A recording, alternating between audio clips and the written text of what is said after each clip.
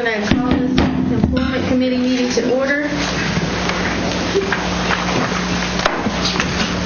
And Mr. Crittenden, Ma'am. do the invocation for us? Yes, will.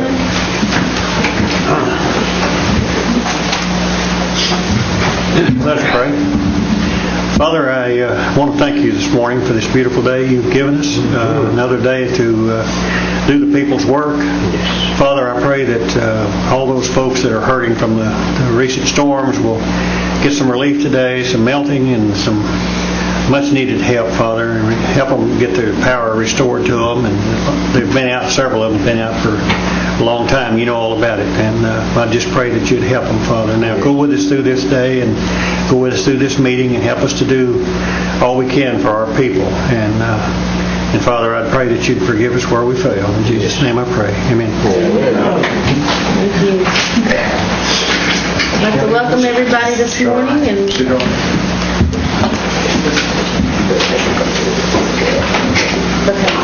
Let's do a roll call, and then we'll ask the audience to introduce themselves as well. Audra Connor. Honey. Bill England. Here. Bill John Baker. Here. Jack Baker. Here. Joe Crittenden. Here. Meredith Fraley. Here. Don Garvin. Cherokee. Honey. Johnny Keener. Jackie Bob Martin. Kara Callan Watts. Honey. Bill Shargy. We have a quorum. Okay. If you would, please. I think we've had some folks, but not our secretary names. Okay. I can introduce, we have a new job developer who will be working in our southern counties, which is Sequoia County, Adair, Skokie, Wagner, Cherokee County. I can introduce Ms. Angela Cunningham. Angela is formerly from Stillwell. She lives over in the Skokie area. And she'll be working in our southern ends with the employment area. Nettie Dethridge, I think most of y'all know Nettie. Nettie's been an employment training counselor for several years, and she's moving into the job development area. She's going to be working out of our Benita, Catoosa, Jay. She's going to be working in northern counties. She's already kind of started working in that area. And then Gwen Shopcouch, Gwen is going to be taking over the employment job bank. She'll be working in all of our field offices with all of our entities. We have a meeting this Friday with the CNI, CNE, and Home Health and Cherokee Nation Employment.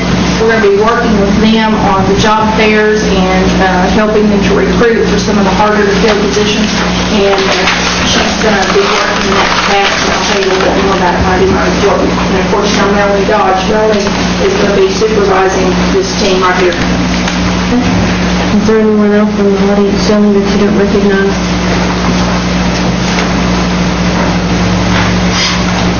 Okay. All right. Thank you, Ms. Kelly.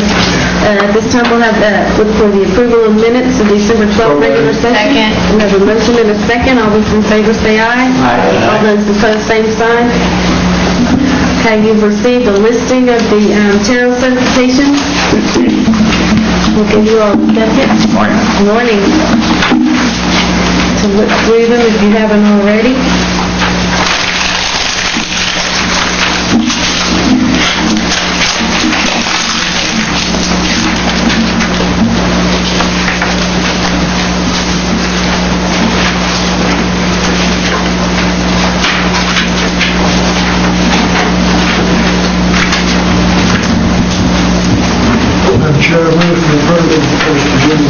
Second. Okay, we have a motion and a second to approve as listed. All those in favor, any comments or questions? All those in favor say aye. Aye. All those opposed, same sign. Okay. Thank you. All right, we'll move on to reports. And Ms. Kelly, you are first with Career Services and Employment.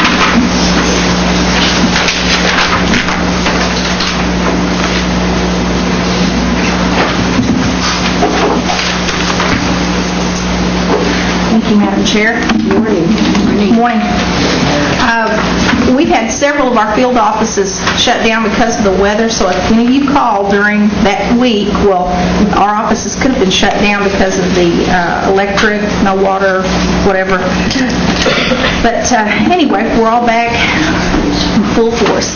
Yes. We recently held a meeting here at the Cherokee Nation. I think I told you last month that we were going to be having a meeting with the Advanced Environmental Resource Technology Group out of Springdale, Arkansas. They came to the Cherokee Nation. One of the owners, Doug Brooks, Al Drinkwater, and Bill Hackelford came, and they were accompanied by Lloyd Cole, who is an attorney for the Ada County Economic Development Trust Authority, and also Dr. Neil Morton. Neil in his capacity as a board member. And they met with Janine Hale, Callie Ketcher, Brad Carson, Harley Buzzard, Michael Lynn, Billy Hicks, Angela Drews, Doug Bain, Bobby Short, Don Greenfeather, myself, and the chief also sit in on a portion of that meeting. They had met with Doug Bain prior to the meeting and are looking at a recycling there at the landfill of some of the hardwood type products as well as some of the plastic products. Right now, the only plastic recycling that's nearby is in the Tulsa area, so they would actually be looking at doing something there. There was a commitment from Brad that he would be working with Doug in conjunction with trying to determine what was going to be needed as far as this recycling project. Bobby Short was also there to talk about brownfields and the cleanup that they may need there on that hog farm, which is north of Ada County. They are still awaiting word from DEQ. I got an email from Bill Langley last week that said things looked a little promising. There is going to be a meeting with the Watts City Council on February the 12th, and I think there's going to be a follow-up meeting to take him up there to the recycling entity. But it looks like that they're moving forward to trying to get that company up and running up north of Watts. The Hannah Candle in Westville is now Ozarks Electronics out of Siloam Springs, Arkansas, and they are hiring people right now. We do plan to do a job fair with other entities in the spring. We have not announced exactly when, where, and all that good stuff, but we are going to be working with some of these other entities that are still needing help. Jobs are plentiful right now in northeast Oklahoma. In any direction you want to go, there are jobs out there if people want jobs. We're looking at the job fair for the Muskogee area. We met with the health department to get started on the logistics. Melanie and her staff and I met with Kathy Kilpatrick in the health department. We're looking at a tentative date for Thursday, April the 12th in Muskogee for that job fair. We're going to be putting up signs out there on the 4-lane where the construction site is, basically a couple of weeks before the job fair, letting them know where it's going to be, that it's coming soon, and then where it's going to be located. We're kind of looking at possibly maybe Hilldale School, which is just right across the highway, or we're going down to the Civic Center to do the job fair. We're also looking at Catoosa in August for a Cherokee Nation Entities job fair. Gwen gave me a draft report. She had intended to have a report for you, but because of the weather and them being out, she was unable to get it finished. But they collected somewhere in the neighborhood of over 400 job employment participants, and a lot of them are college degree participants that came through the job fair. We've got a lot with experience and training, a lot in technology. Some had Head Start, daycare, truck driving experience, training experience, photography, automotive, casino experience, construction. We had 2 pages or more of construction people, manufacturing, machinists, and so on and so forth. And we'll have that report for you all next month. She's still obtaining job fair cards from all of our field offices, and she'll be working in all the different locations to get that, and we should have probably a soft skills, hard skill type job bank, whereas most of it's been on construction up until now. And we're looking forward to getting that up and running and getting our database developed. I'm going to give you all a handout. This is the Oklahoma Employment Outlook up through 2014. And it talks about the jobs, and I don't know if you're interested, but I know that all of you all are going to be running for re-election probably, and people are going to ask you about unemployment, they're going to ask you about jobs, and it probably behoove each of you to go through this and learn a little bit about where the jobs are that are going to be marketed. So, well, I'm trying to help. Yeah. It's so true, because there's not a week that goes by that somebody doesn't call down to our office and they're asking us about, well, where is this business located, and who's doing the recruitment, who's doing the hiring, and I'm on the phone, Eddie, can you tell me this, or can you tell me that, Melanie? So I have them out finding out all this information so I can look good to the public when they call down there to my office. I let them do the reading. Yes, Do you ma'am. have the new ethics policy? The new ethics policy. I have. But this right here is information that my staff need to know about in their respective areas, because they need to know where the jobs are going to be.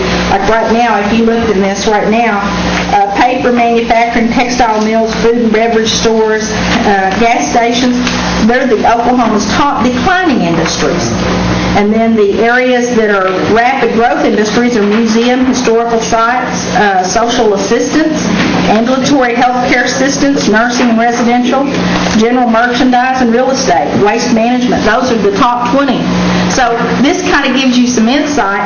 It also helps us when we're developing proposals for the federal government or for the state in looking at our various counties, because when you go into Mays County or go up into Nowata, the demographics and the environment is a little different than what it may be in Sequoia County or Adair or Cherokee.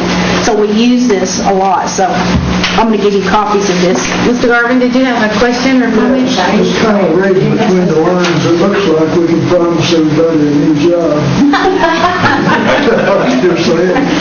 Well, I tell you what, there are jobs, yes, there are jobs in all of our counties, Mays County, Adair County, even northwest Arkansas. If you've driven up on the Cherokee Turnpike into Arkansas, if you went on a Saturday and went back the following Saturday, you're going to see a building going up that you didn't see the week before. That's how fast that area is growing. And trucking is an area that we're getting ready to go into up here behind the Job Corps Center, and I'll be telling you a little bit about that. Well, I really want to know, do you have a handout on stuff, job fair? No, we don't. We just started the logistical planning on it last week, and I'm just kind of giving you a tentative date, but we'll make sure that you're there. We'll make sure it's a date that you can be there. And we encourage all of you all to come out for these. This is great information. I know for the program that I work for my other job, we take this information out to students all the time. We're trying to get students into some kind of college or vocational training. And this is the information that we need to say, here's where the jobs are, folks. So these are the areas that you need to look at for degrees. Mr. Baker, do you have Yes. Can you tell how many people are being looking to hire at Ozarks Electronics in Westville? They were looking at to start out for maybe 25 in the initial beginning, and I know that they recruited like 4 managers.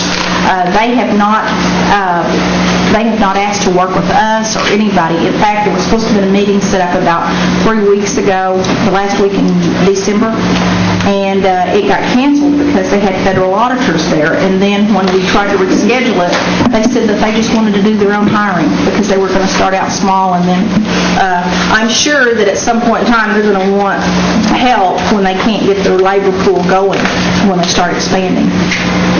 But the city of Westville didn't even know that Hannah's had even leased that building to anybody. So there's some problems there because EODD wrote the grant for that facility. So EODD's got some reports that are due. So there is going to have to be a meeting with them at some point in time. Thank you. One of the things that we had attempted to do before the end of the year was to get all of the Indian-owned businesses identified. We still have a couple of counties, and we're going to try to get those counties finished. And we hope before our summer activities start, we'll have a directory on who all those Indian-owned businesses are in the 14-county area, and we'll get copies out to you when we get it finished. I think that's what Mr. Kitcher's intention is, to try to get done before the activities start. Ozarks St. Francis National Forest gave the Carroll office, our firefighting program, a partnership award last month. It was from the Arkansas River Valley Fire Training Academy. And Leroy Wolf accepted the plaque on behalf of our firefighter training program. I want to commend Mr. Mike Weaver over here and Leroy. They're kind of the two workhorses in that shop that do the firefighting program, and they're to be commended because we wouldn't have got the plaque had it not been for their work, getting up at 2 or 3 in the morning and staying until they got all those firefighters out and notified. We also have Legislative Day set at the Capitol, Cherokee Nation Legislative Day, and I know it always conflicts with this meeting, but Tuesdays are usually the best day if you can get on the agenda at the state capitol. It's slated for Tuesday, March the 13th on the second floor rotunda, and then Job Corps Legislative Day is scheduled for Wednesday, May the 9th. And we'd like to see as many council members go up as possible this year, possible. Committee day again. It's going to be Tuesday, March 13th. And that is committee day for us. It's because Tuesdays are days that you have a better day to get the legislators there. They're coming in on Monday. Some of them leave on Thursdays. And if you have it, it's better to have it on Tuesday or Wednesday. And a lot of the things are booked. And when we can get a Tuesday, we have to get it whenever they can give it to us. And usually we have to go all the way up in May. And this year we're trying to have it a little early. So that's why it's in March. Change your days. Our committee day? Yeah. We could consider that for March. I think we talked about it last year, but it just didn't happen, so it might be something that this committee and the others that day might consider. Ms. Cowan, what? I'd like to recommend a letter from this committee to all the committee chairs, then suggesting that we move from Tuesday, March 13th to that Thursday, March 15th. All those same committees. Second. Continue the second. Do we need a second and vote on that? Okay. All those in favor of this committee sending a letter to all the other committees for that, would meet on that day to change our meeting to Thursday rather than Tuesday. All those in favor, say aye. Aye. All those opposed, same sign. Okay, we'll do that. Thank you. And any of you all want transportation up there, let us know, because we will have vans available. And in some cases, we might be able to get the plane if there's an interest. We can get everybody up there. We'd like for y'all to keep Roy Tidwell in your prayers. Roy Tidwell is one of our employment training counselors in our Stillwell office. And Roy has cancer, and he's had to take off work because he's having to take treatments every day. And his wife was diagnosed with cancer, and she is terminal. And so keep the Tidwell family in your prayers. Do y'all have any questions? Anyone have any other questions? Okay. Oh, another thing is that one of my other employees, Wayne Wallace, who was one of my teachers at Job Corps, they're having his funeral services this afternoon at 2 o'clock. Thank you. Okay. Next up, Dana Knight with Commerce. Good morning. Good morning. I just actually have a few things today, and one of the first things I wanted to let y'all know is that we're going to have another, at the beginning of every semester, we have a seed kickoff meeting up at Sequoia High School, and we're going to have it February 6th at 6 p.m., and you guys will all receive an invitation. Typically our funder for the seed program comes to that, and so we welcome any of you guys that can make it there.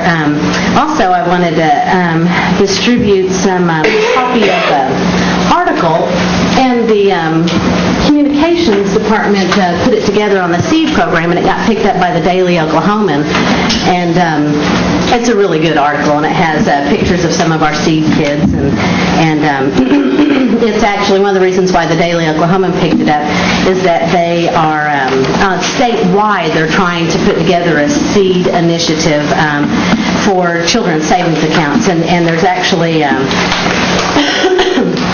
House Bill 1805 is going to go forward to the state legislature, and what it'll do is for all low and moderate income children that are born after July 1st of 2008 will receive a $250 529 college savings account, and then their families will have the opportunity to deposit $50 a year for the first 5 years of that child's life and earn an additional $500 for that account. So it's very similar to the seed program, where it's trying to help people people, and it's actually called the Building Equity and Expanding Access to College for Oklahoma Newborns, and they're calling it the Beacon program. But at some point in the future, when this starts going forward, we need to see what we can do to try to promote this, and we're also going to try to work with the state to try to Cherokee children that are enrolled in the program that become a part of the program, so we can reach out to their families and try to provide financial education and try and encourage and incentivize them to deposit the money that they need to in those kids' accounts to earn the match money too.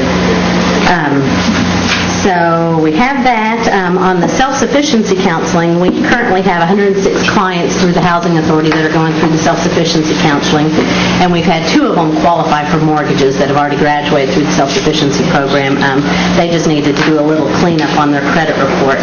But most of the people that are in it are very eager and excited to try to work on repairing their credit and being able to qualify for a mortgage.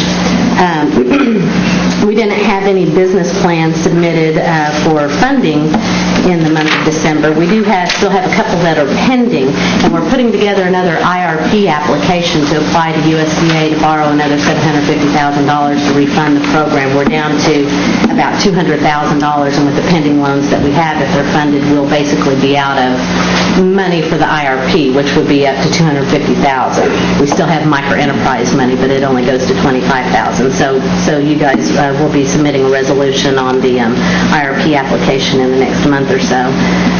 We also were selected. The SBA has they call it a micro catalyst program, and it's to try to promote microenterprise programs throughout the country.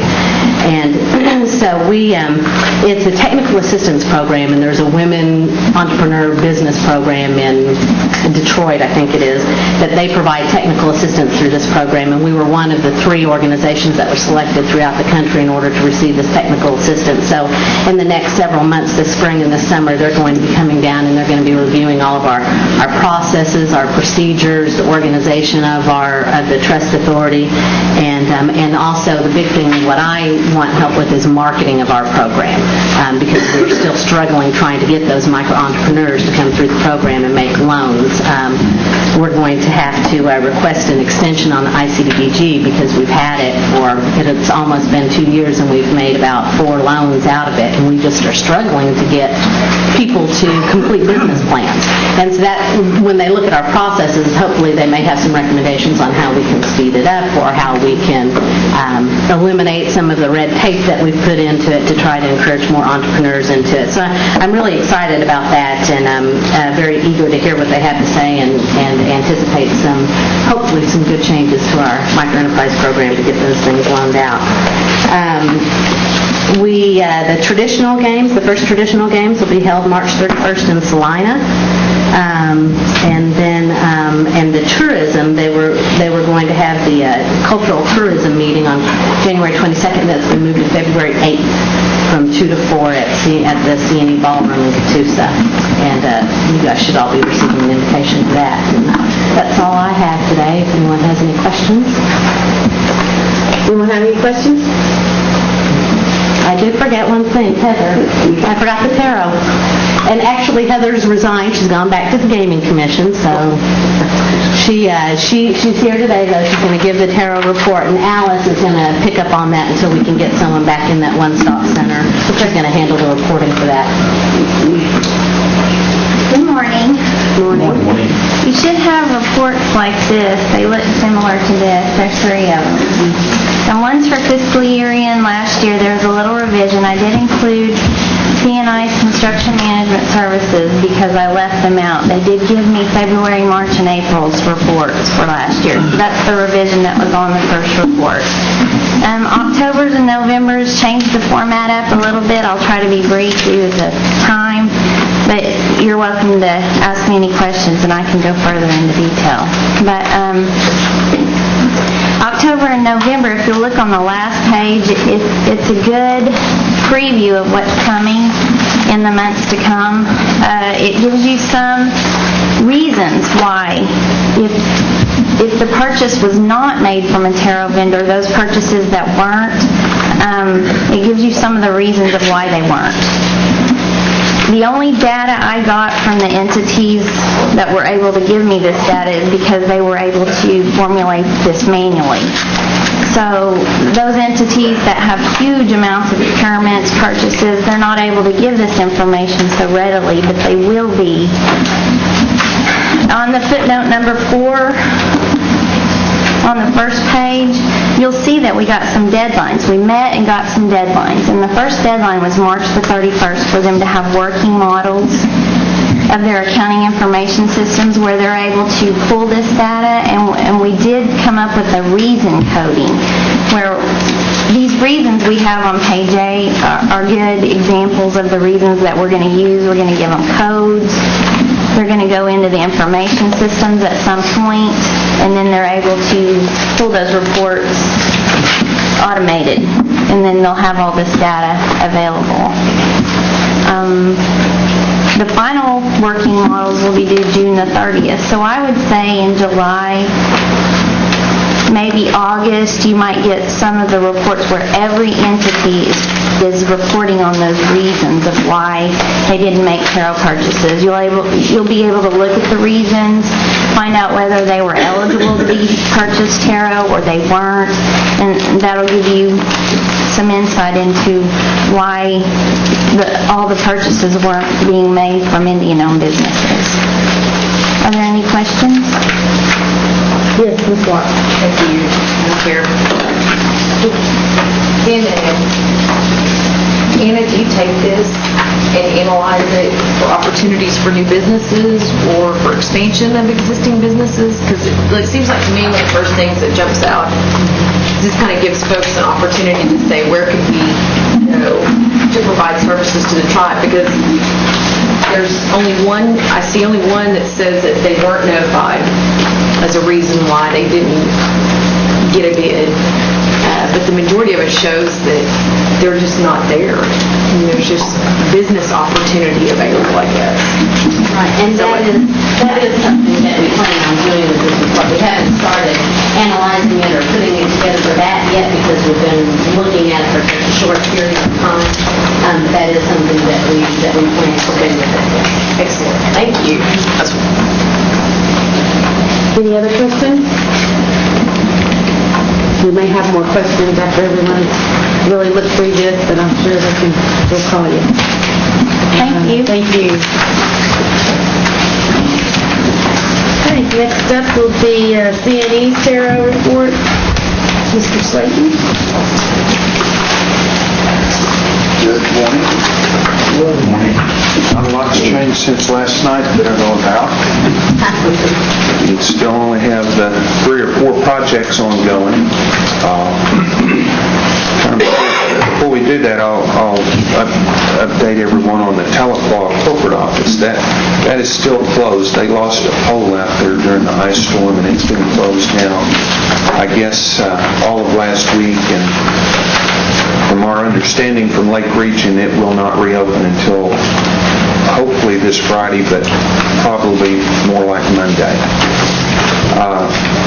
We've had a emergency crew come in on our team and had portable heaters and things like that. We had a generator out there, so we were able to run some lights in our information system, and we're continuing to process the accounts payable and critical functions from there last week. However, this week we have opened an office up in Catoosa, and we're transporting them up there, and we're trying to carry on from that area. That just was a good preparatory experience for us on disaster recovery.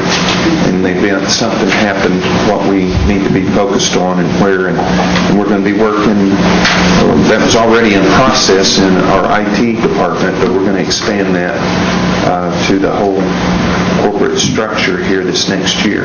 And as a part of that, we're going to look at opportunity to partner with the nation and CNI and some of the other business entities to see what everybody can do, kind of if anybody can do anything, as a combined effort to maybe save some cost and accomplish goals for everyone on that. As I said last night, WRD barn collapsed. That's being repaired. We were almost done with the track repair. We had the flood come through in December that identified 3 soft spots in the track. We had to take those out. It cost an additional $70,000 to replace that with a special mixture to harden that area of the track. Once this ice melts and the snow is gone from this last round, we may identify additional spots out there. And the whole problem seems to be the way that the property drains. It's the drainage, not allowing the water table to move on out from underneath the track. It backs up. So we've done some remedial work around the inside of the track and lowered the pond levels that are there. There's 2 ponds of retention, so that will allow that water to move underneath the track into the pond. Those ponds were full and they were backed up to the track, and now stopping the water where it backed it right up under the track. So hopefully by the February 23rd date, those horses will be running and it'll be a great track. We used the best consultant out there, so the mixtures and the surface area should be all in spec with what everybody agrees is the best standard for those. Yes, Ms. Black. Thank you, Madam Chair. Just because this just came up, but there was concerns again about the track. So what I just heard, so everybody can hear it, is that we had third-party consultants come in and they're evaluating the track. We know we have these ongoing drainage problems. Those will be addressed long-term. We continue to look for spots so there's no safety issues with horses, but all we can do is continue to monitor because we don't know they're going to be there until they're there. Exactly. Okay. And because it continues to come up from some of those areas and from the horsemen, I'll just briefly give you how we went through this process. We looked out there in the industry. There was a gentleman out there from California that designed a lot of the tracks out in California. And if I started quoting names of the tracks, I'd get them wrong. So I'm not going to do that. But in conjunction with the horsemen and the OHRC, everybody was on board that this guy is the guy that knows what he's doing. He came out, looked at the track, wrote a report, built the specs for how to build that track. We completely removed the track and started over. And we have built that according to what he included in his report. We had Cherokee come out, do inspections as the material went down on the track to make sure compaction was in accordance with that. And I think we have done all we can do to make sure we built that like he told us to build it. We monitored the material both at the plant because last time we prepared that track, we got some sand from a company that wasn't tested, and when it left the plant, when it got dumped, it did not meet spec and had a lot of rock in it. So that was part of the stuff that got removed. We're in litigation with Muskogee Sand on that. I think it's probably $80,000 to $100,000 that we're trying to get a credit back from them on, or worked out.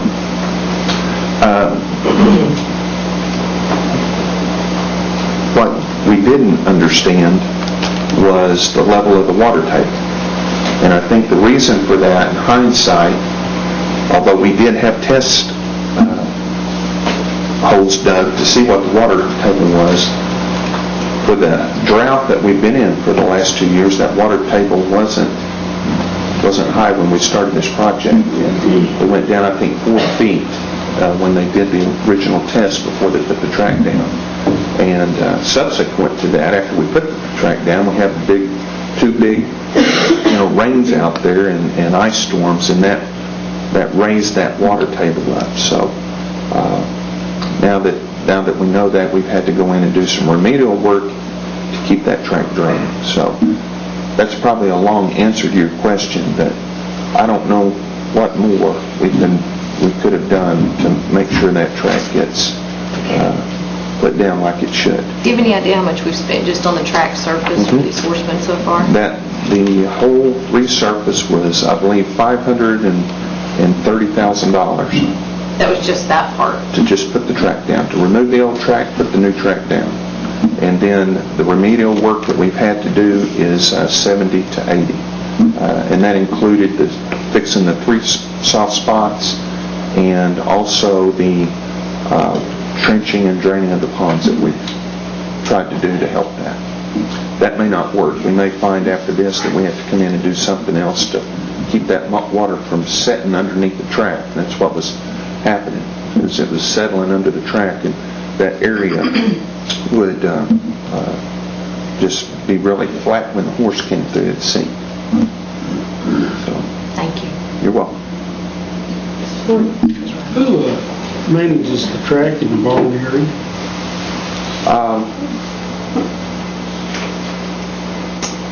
Well, I don't know the name of the superintendent. Kelly Cathy is kind of over the racing side of it. He has a gentleman underneath him, a superintendent, if you will, that kind of manages that barn area and the grounds and things like that, but I don't know his name.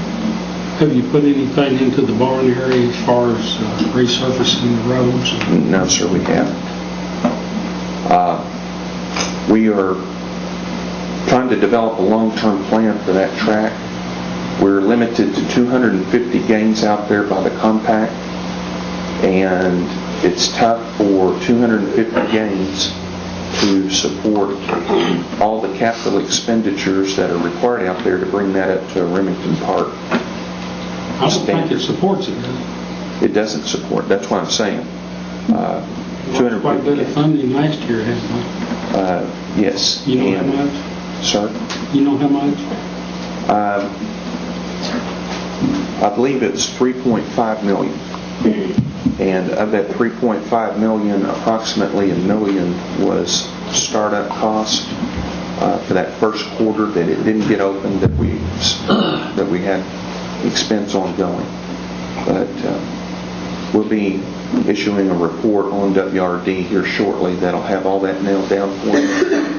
And our projections and everything is, we hope to make a couple of $100,000 out there.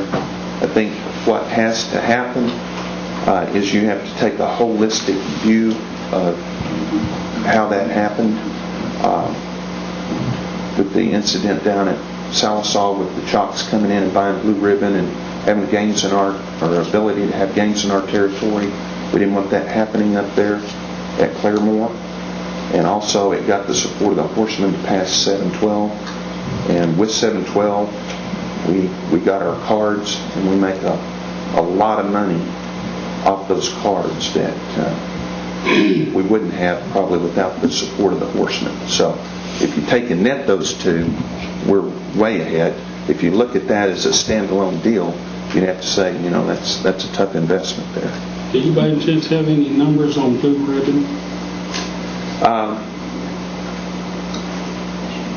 Through the grapevine. Yeah, that's what I'm talking about. I've heard that they're losing $900,000 a month out there. That's what I understand. I've also heard that they went from $75 a day hold down to barely $30 on the machines that they've got in there when we opened Salisaw. So, if we wanted another track, we could probably make an offer, but I'm not sure if we do. I don't think we would. But we're trying everything we can to make that property at WRD a good property for the money that we've got in it. At some point, someone's going to have to support a business plan to either put a lot more money into it to attract a different market in terms of RVs and horse shows and things like that, and that's going to require some capital. So if people want to do that, that's going to be a plan proposed. Right now, we're just trying to make it a safe, good place for people to come and race, because we basically need to operate that track. We're running the bare minimum of days that we can. I think is 60. So, Thank you. you're welcome. Taylor, did you have a question? Yeah, just a couple of questions. Sean, just looking at the different projects here, both the parking garage at Catoosa and West Siloam they're doing pretty well on any preference numbers. Roland's about half done, and we barely got 13% for dollars spent, and all have got sole sources on them. Is there a challenge with getting Terra vendors at Roland, or? Well, I need to check into those numbers because we may be in the situation where the subs are Terra and all he's reflecting is just our payments to the people that we're contracted to. The Roland Travel Plaza has been a challenge. There are a lot of different reasons. I think, I'm over construction, so I accept responsibility for the problems that have occurred and haven't gotten addressed. I came into that project late. I see what was done and what should have been done, and we've not made those mistakes with these other 3 projects that we're doing.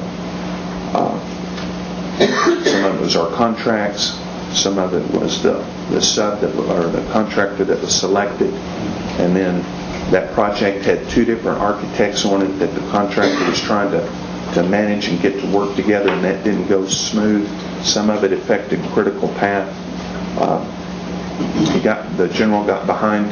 I think Dave's had some calls from some of the subs about non-payment.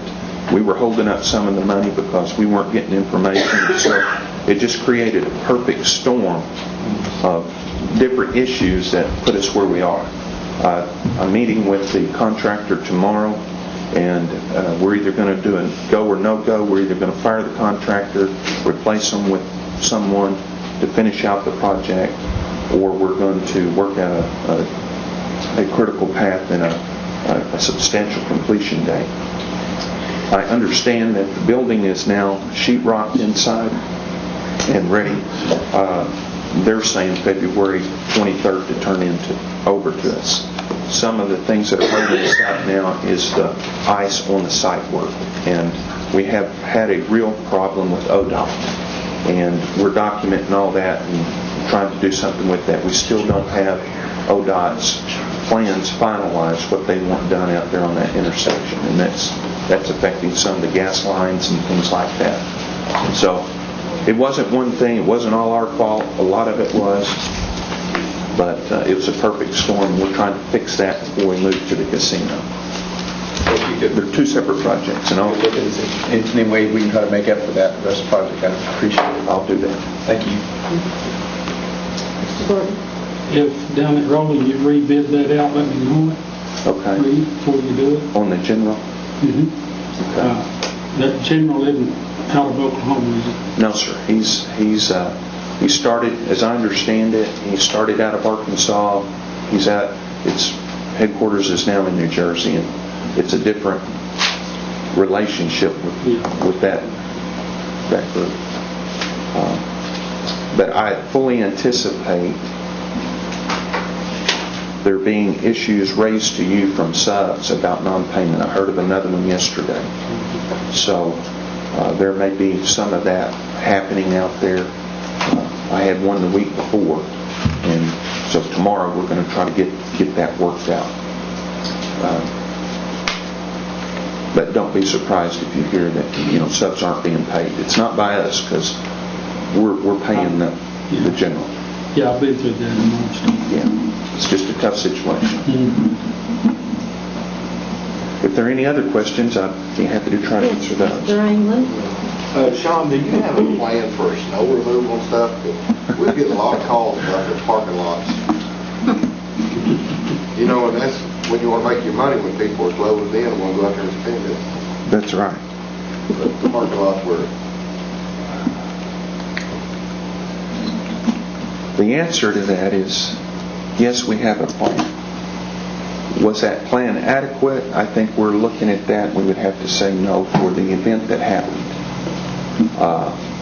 The size of the equipment, the amount of the equipment that was out there was undersized to try to deal with the amount of ice that we got. And then just trying to get people out there to do that. Everybody was pulled every direction, and some of the people, I think their homes lost power. They were dealing with their family, and it just, it kind of snowballed on us. I talked to Dean Burwell this morning about that, and he's getting together a kind of an overview of what happened, what should have happened, what can we do better in the future. But it was a problem. We got Flintco mobilized last Thursday when I looked out there, and we had a little bobcat type thing out there trying to clear the Catoosa ice, and his front wheels were off the ground and he was scooting along. So Flintco came over, they removed the ice, but they stacked it in the northwest corner. It was melting and running back over the parking lot. So the next day you had a solid sheet of ice there. So we worked hard on it, we just didn't necessarily work smart either. But we did lose power at West Siloam and had to shut the facility down on Saturday night, I believe, or maybe Sunday night. But I think that was really the only one. WRD closed early on Saturday night because that night shift called out. We didn't have the people to operate it. Ms. Lutz, did you have another question? Yes, thank you. I specifically had calls and concerns from employees. So I know, like, at one board meeting, they voted for additional monies for additional lighting for safety out there. And I'm always concerned because we do have a lot of elderly that do the part-time jobs out there and those things, and then anybody else. And I did see employees, because I went through that weekend, and I saw employees hand digging like a path to the cars and stuff. But apparently it was never cleared around the cars and things. And I know from your description, you're trying, but I mean, we need to specifically, if we're going to call them in, make sure that we have a safe environment for them to come in and out. I agree. Or some kind of shuttle service and like emergency service just for them. There was nothing done to the North Employee parking lot at Catoosa. Nothing. I say that they had thrown some sand where you drive. And the excuse that I got was it was ice and the equipment wouldn't remove it. So I said, well, I see front-end loaders and graders sitting idle next door because they can't work on the parking garage. See if they'll bring them over there. And they mobilized them over there, but that was Thursday. So they'd had 4 days already of trying to ice skate across the parking lot. So whatever we do, I mean, it's not just, I mean, we have liability for our customers, but I think we have extra liability for our staff. I agree. And that was a big concern. Pregnant women, all sorts of horror stories about folks we don't want to be putting at risk for a fall. So I agree. thank you. We'll try to do that better. You're welcome. I mean, I had the same concerns, and I think upper management did too. It was just execution didn't happen. Anyone have any other questions or comments, concerns? Okay. All right. Thank you, Mr. Thank you. All right. Next up is CNI's Tarot reporting. Good morning. Mr. Collins this morning. Copies.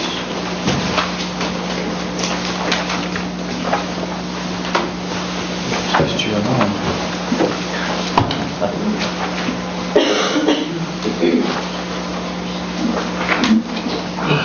The first project on the list is the Cherokee Health Center,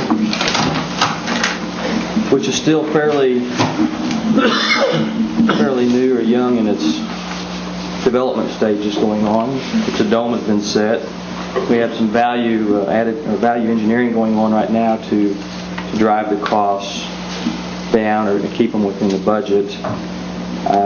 Carrie, you'd asked last time of the concern about tarot suppliers and Native Americans, and so we went back in and looked at that, which there are 3 tarot vendors being utilized, one on a sub-tier level, but we currently have 6 subcontractors on site, and of those 6, there's 39 Native American employees working at the site. On the Nowata Clinic, it is still on schedule to be completed in May with a 62% tarot vendors being utilized on the dollars, and then six tarot vendors overall. And that one is... Mr. Collins? Yes. Taylor has a sorry. question. Brian, just curious, kind of continue on Councilor Watt's questions here. Okay. And you're over 25% into this project at Muskogee, and yet you're yielding only 2%. So at this point, I have to kind of question what's the methodology. A lot of there's some comments from the Taro office. Are there just people not bidding on this, or? Primary reason is the size and bonding requirements has been the number one primary.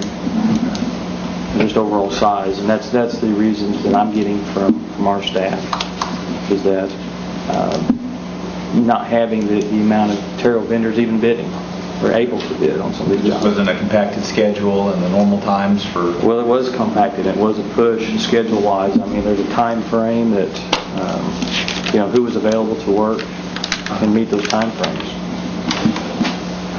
Is there anyone still here from the Taro office at all? Or? Yes. Any comments?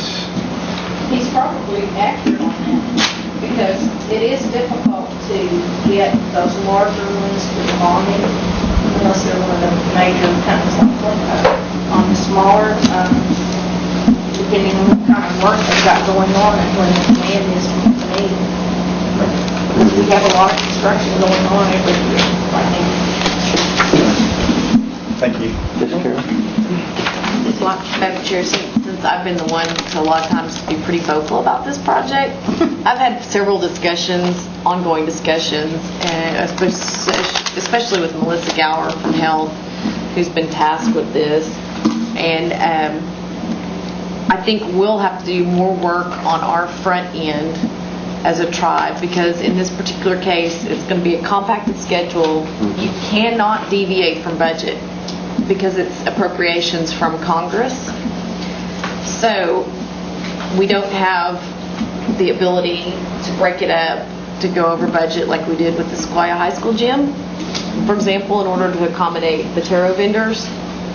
And so there's a lot of these projects that we're working on up front, like Anna's One-Stop Business Center, and our processes internally within each company in Taro.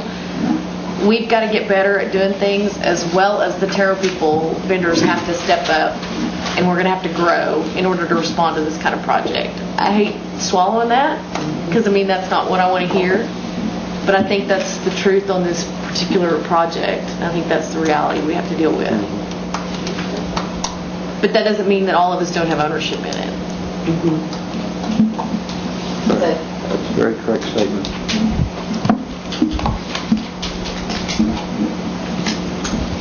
Okay. Go back to the Newwater. Second page is the Newwater Clinic.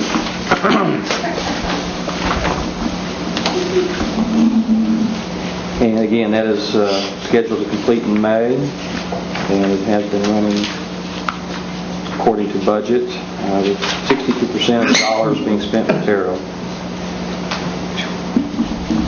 Any questions on Newwater?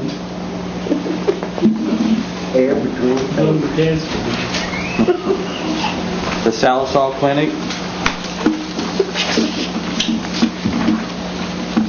is scheduled to be completed in March. As you see, the appropriated budget is 2.9. The estimated total cost is 3.4. We've been working with Melissa Gower on this, reviewing the numbers, reviewing the estimates, and what's been determined is that a lot of that appropriated budget amount was based upon estimates, and there was major pieces that was not part of the original estimates, and plus you had increases in steel and increases in materials that impacted the project. But again, we've been working with Melissa and the budget on this as to what needs to be done to modify or to address any of her concerns.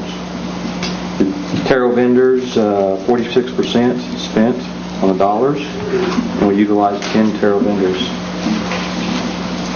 Okay. Any questions on?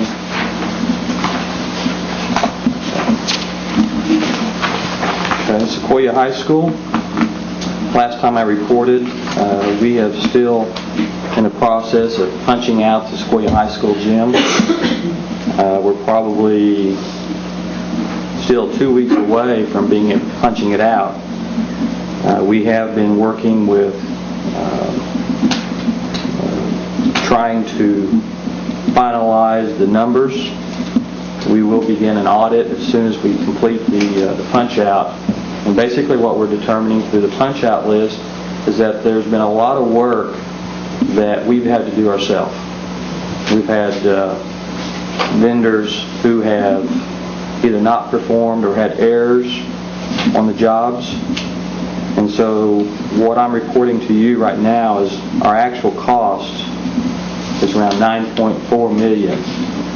But I'm also going to tell you that we have potential deducts from $220,000 to $410,000 potentially through back charges, deducts, credits, and that's where we'll be bringing in the audit and taking a hard look at getting to that final number so we can report to you what that actual number is. The other thing that I see here that potentially is I have to question is I've gotten different information from, and I'm going to try to reconcile this today, on the appropriated budget amount. I've had numbers from 8.7 to 9.7, and that's from, and I've got to confirm that. I'm not sure if you know exactly what it is. I don't. And I thought it was 8.7. That's what Callie had mentioned to me. But Doug has mentioned to me, based upon what he shows as the project, he believes that there's more money that's been set into that program for contingency. I'll clarify that on the next reporting, or I'll email this out to you, because I got to get a handle on that appropriated budget amount. And there is concerns. There's concerns here. So we're going to dig into it, and we'll audit it. But I also want to let you know that there is going to be back charges. There are errors and omissions, and that's what the staff is doing right now, is going in that. They're at the facility. We have a crew over there performing some of the final tasks, and they're making their notes as to the areas of concerns that we need to go back to our vendors and to our architect. Okay? Any questions? Brian, on the errors and omissions of some of the vendors, are you going to write them up to where that'll be flagged when they bid another project in the future for the Cherokee Nation? Or the reports like Taro, or we can give our findings to Taro where there is concerns. You know, if it's something that we feel like was blatantly, something that they did really a poor job on, or if there's something.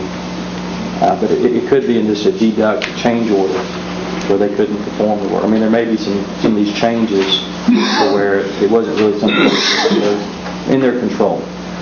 So we'll monitor that. But if there is areas of concerns on performance, we'll definitely work with the Taro office so that they can have that on file, on record, if we need to, eliminate any of the use of these suppliers in the future.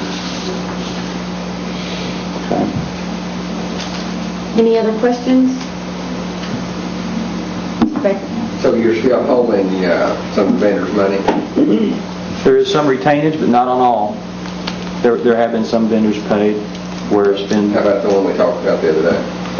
The meeting last week was canceled because of the weather, and they're rescheduling this week. They're supposed to meet later this week. I don't have the exact day and time because we have to meet with the architect. I've heard possibly tomorrow they'll be meeting.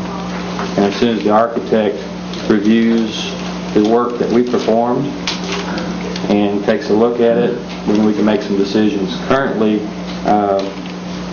the Sequoia High School, as you know, the architect is the one who is in control of the subcontracts. And all we're doing is, from a construction standpoint, is more of an owner's rep in performing and monitoring the execution of those contracts. But that's how it was given to us when we took on the construction site, that the nation had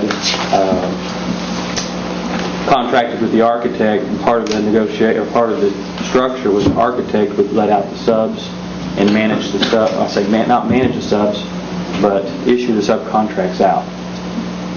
And so we have to sit down with the architect.